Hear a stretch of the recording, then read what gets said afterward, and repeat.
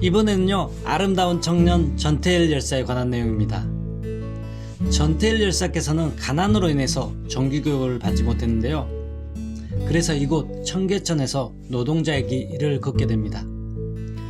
시다이를 시작으로 재봉사가 됩니다. 하지만 이곳 청계천 일대의 노동자의 처우는요, 너무나 열악했습니다. 햇빛도 들지 않는 곳에서 하루에 15시간 이상을 일해야 했기 때문이죠.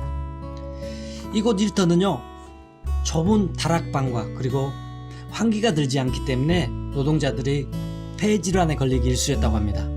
또한 대부분의 노동자는 여성이었고요. 시다라고 불리는 보조원들은 13살에서 17살 어린 소녀였습니다. 초과 근무 수당도 받지 못한 채 극심한 장시간의 노동에 시달리고 있었던 거죠. 그러던 중 전태일 열사께서는요, 근로기준법이 있다는 걸 알게 됩니다.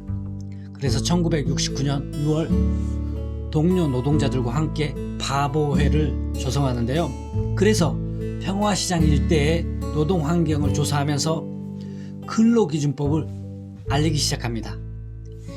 이 사실이 알려지자요, 사업주들에게는 좀 눈에 가시였겠죠. 그래서 전태일은 해고가 됩니다. 더 이상 이곳 평화시장에서 일하기 힘들게 되는 거죠. 그래서 공사장이나 막노동에서 일을 하게 되는데요.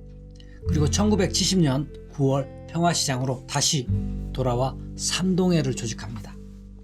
그래서 전태일은요, 삼동회 회원들과 함께 1970년 11월 13일 평화시장 앞에서 근로기준법 화형식을 벌려 근로기준법이 노동자를 제대로 보호하지 못한다, 이러한 현실을 고발하기로 합니다. 그런데 말이죠, 경찰들의 방해로 시위가 무산되려고 하자 전태일은 자신의 몸에 석유를 뿌리고 불을 붙인 채 이렇게 외칩니다. 근로기준법을 준수하라! 우리는 기계가 아니다! 이렇게 구호를 외칩니다. 얼마 전 아름다운 청년 전태일 열사가 돌아가신 지 50주년이었습니다. 그 행동 하나가 우리나라 노동자의 처우와 근로기준법을 일깨워줬습니다. 이곳이 바로 청년 전태일 열사께서 분신하신 청계천 일대입니다. 한번 둘러보실까요?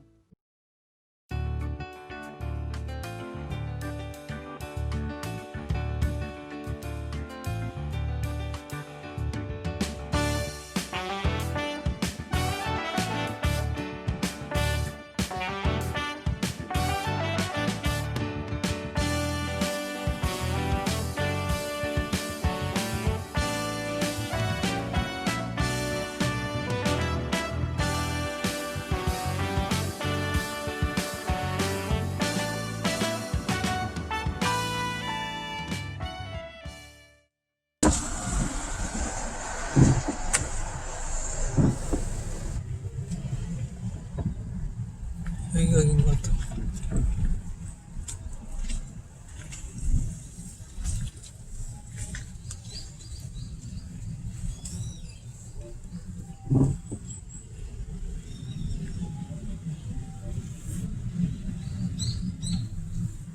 안내도입니다. 입구에 들어와서 안내도, 여기가 지금 제가 있는 자리고요. 이렇게 올라가서 전태일 열사가 여기에 계십니다.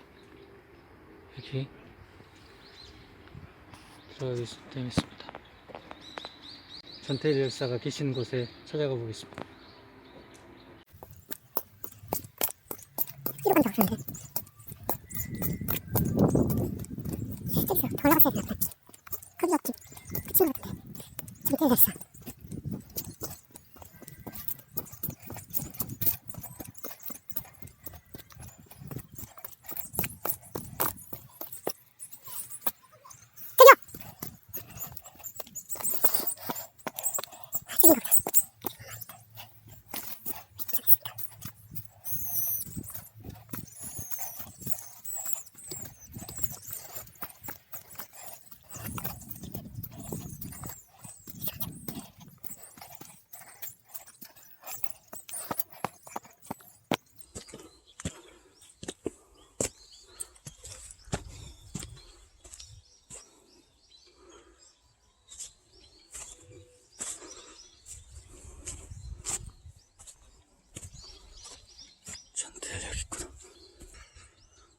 여기 전태일 열사의 묘지가 여기 있습니다. 좀 찾기가, 여기가 다 민족열사 분들 다 있는 곳이라서 찾기가 힘들었습니다.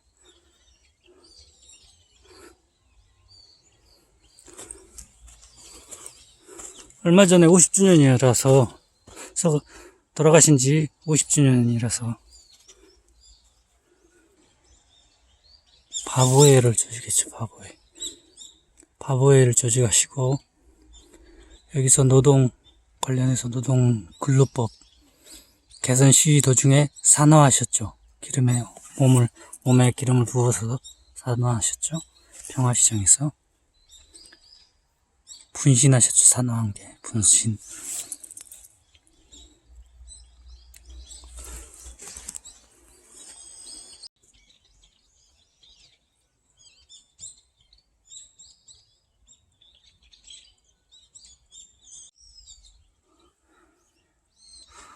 이소선 열사죠.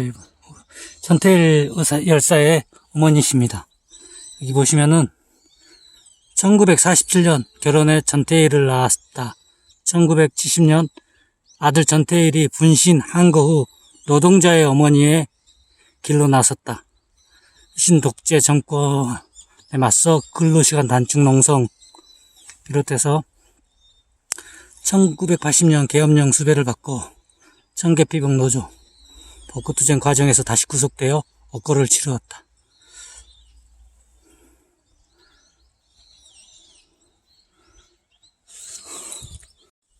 이소선 노동자의 어머니 전태일 의사의 어머님입니다. 전태일 의사가 분신해서 돌아가시고 그걸 보고 우리 이소선 어머니께서도 노동쟁의 운동을 하셨죠. 근로시간 준수, 노동법 준수 관련된 일을 하셨습니다. 여기 앞에 아들이 있고 전태일 의사가 있고 뒤에 이소선 어머님이 계십니다. 두 분 같이 여기 계십니다. 이분도 여기 와서 알게 됐는데요. 이분도 노동운동 하셨습니다. 고생, 신문팔이를 비롯해서 구두 닦기 어렵게 생활하시고 전태일 의사의 어머니와 함께 노동운동 하셨습니다. 여기 보시면은 전태일 의사의 어머니 이소선 여사는 격렬한 몸싸움과 천신만고 끝에 꺼져가는 노동의 마지막을 지켜볼 수 있었다. 여기 보면은 병원에서도 동지는 박영진 선생님은 전태일 선배가 못다이 한 일을 내가 하겠다. 1천만 노동자의 권리를 찾겠다. 끝까지 투쟁하셨다고 합니다. 그리고 유언을 남기고 운명하셨습니다.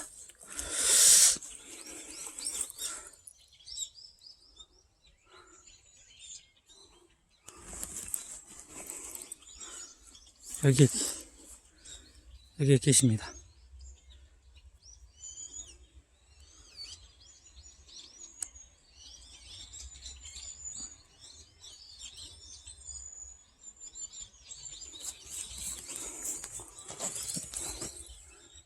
가족관계 같은데.